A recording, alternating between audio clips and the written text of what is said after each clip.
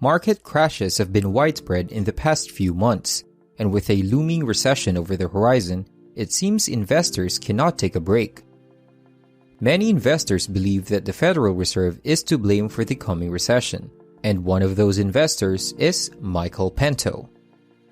Join us in today's video as we go over an interview where Michael Pento explains the inner workings of the coming recession.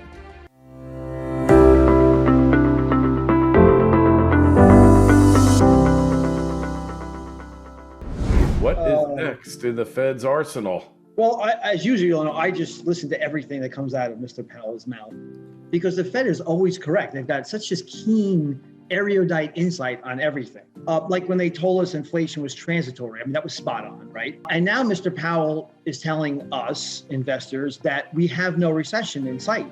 In fact, a soft landing is, it's maybe not exactly the base case, but it's highly likely, or at least possible. Maybe it'll happen, maybe it won't. What is he talking about, Gary? We have it's amazing to me how, the emperor has no clothes. What's the guy in The Wizard of Oz, the guy behind the curtain? The wizard.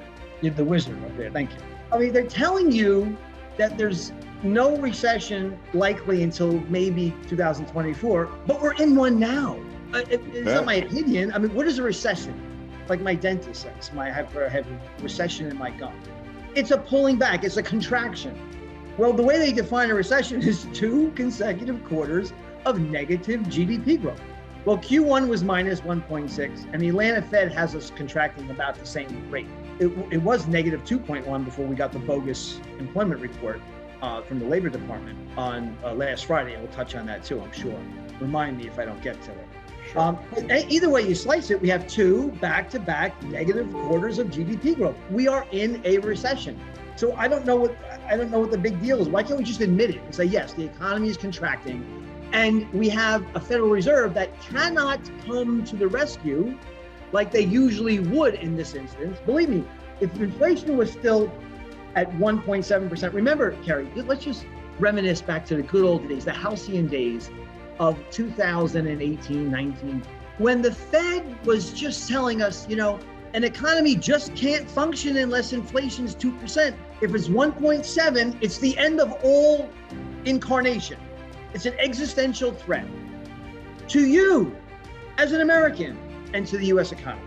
1.8, still not quite. Let's get it to 2 at a minimum. Well, we got to 2, and then we got to 20.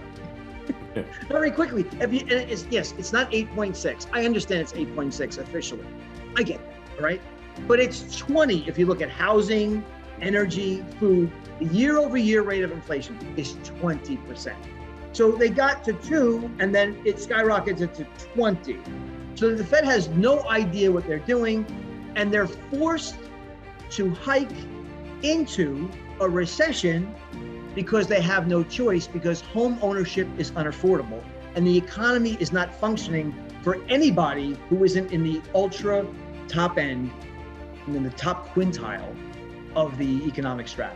And that's the good news. Well, the old saying, Michael, recession's when you're out of work, a depression's when I'm out of work, or like the definition of minor surgery, that's surgery that someone else has. If I got it, it's major, even if I'm getting a hangnail removed. But, so they can't cut because they're in a trap, because then the dollar will just get decimated, right? And they just keep raising, and then the dollar keeps going higher, which is killing manufacturing and exports because it's up, it's way up. And but it's good to know that we're not in a recession, even though by the traditional definition of a recession, we're in one, and arguably the GDP deflator has been distorted. We could have easily been in one for 3 to 4 quarters, and nobody seems to be looking at that either, right? The trim mean, hedonically adjusted inflation indicator from the personal consumption expenditure index, price index. You mean that's not really an accurate measurement of inflation? Is that what you're telling me? I got to tell you that, if inflation is running at 20% in reality, and 8.6% the way the BLS, Bureau of Labor Statistics, calculated, which is a division of the Labor Department, 8.6%, it's that high. really a record high, even going back to 1980, we're at a record high rate of inflation with the US dollar surging by 15% year over year. I would like to imagine, see, this is my conundrum here. Not really mine, it's the Fed, it's Mr. Powell, who should have taken that victory lap. He should have said, you know what, last year, I don't need to run again. I was successful getting us out of the great pandemic, and I'm retiring with my hundreds of millions of dollars. Go out on top. With his hubris and arrogance, he wanted to stay. But here's the conundrum for Mr. Powell now. If he assents to the supplicant Wall Street and says, I want to cut rates now to save the U.S. from the recession and the stock market, which is down, and it's a bear market in every index that you measure, every major index that counts. What's going to happen to the U.S. dollar at that point? Well, as I said, it's up 15% year over year, and we have record high inflation. The U.S. dollar is going to tank. And if you tell the world at that point, when inflation was 8.6% in May, year over year, inflation was 8.6%. So we no longer have this, oh, we can't get inflation. Oh, we have productivity. We're importing deflation. All that bull, that is over. We know how to create inflation now. You pay people to stay at home and not work. They've done that already. They've done it. It's called helicopter money. They worked spectacularly. I could have told them that, hey, you want inflation? Give people a check monetized by the Federal Reserve, create new money, bring the base money supply from 800 billion to 9 trillion, and tell people not to go outside because they're going to die if they take a breath of air. Well, then you get inflation. So if we go now, if the Fed tries to save the economy and the stock market now, when inflation just was 8.6%, you've inculcated now very clearly how to get inflation through exactly what they need to do to get it higher, to stop the stock market from falling and from the economy from sinking. Your inflation is going to run intractable. So, and here's the other side of that. If they actually fight inflation like they just started doing, I mean, we now have the effective Fed funds rate is 1.6%. Inflation is at 8.6. Effective Fed funds rate is 1.6. Okay, that's 700 basis points of rate hikes that they need to do. But maybe they don't have to go so far. Let's just say, Kerry, the Fed believes that neutral is 3 to 3.5. That's what they say. Well, they're still miles away from 3.5% just to get to neutral. Yeah. They have to go to restrictive. And the balance sheet has to start really the balance sheet is only contracted by 74 billion. So not that much. We're still at $8.9 trillion on the balance sheet. So they're just starting to they're just now starting to fight inflation, but we're already in a recession and we already have a bear market. So I wouldn't want to be Mr. Powell.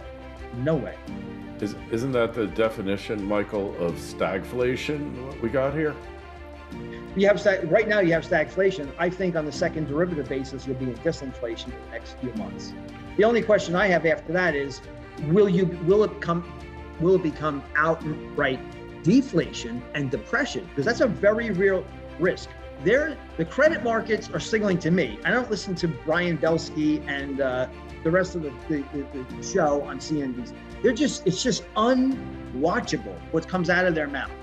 One guy Leibniz is talking about factories are popping up all over the place. I mean, let's look at reality. What is the market trading on? It's trading on the fact that the Fed is forced to aggressively, perhaps the most aggressive tightening cycle ever, into a recession. And they have to do it. They really have no choice. And when they break something, and things are breaking as we speak, and I'm looking at the credit markets most assiduously, the money markets, the credit markets, commercial paper, CCC junk bonds, even investment grade, looking at the banking system, the shadow banking system. They're under a lot of pressure. Collateralized loan obligations, the real estate market, mortgage-backed securities. They're going to break something by the end of this year. And then you fall into a deflationary depression, and then you say, oh, it's all about duration, Terry.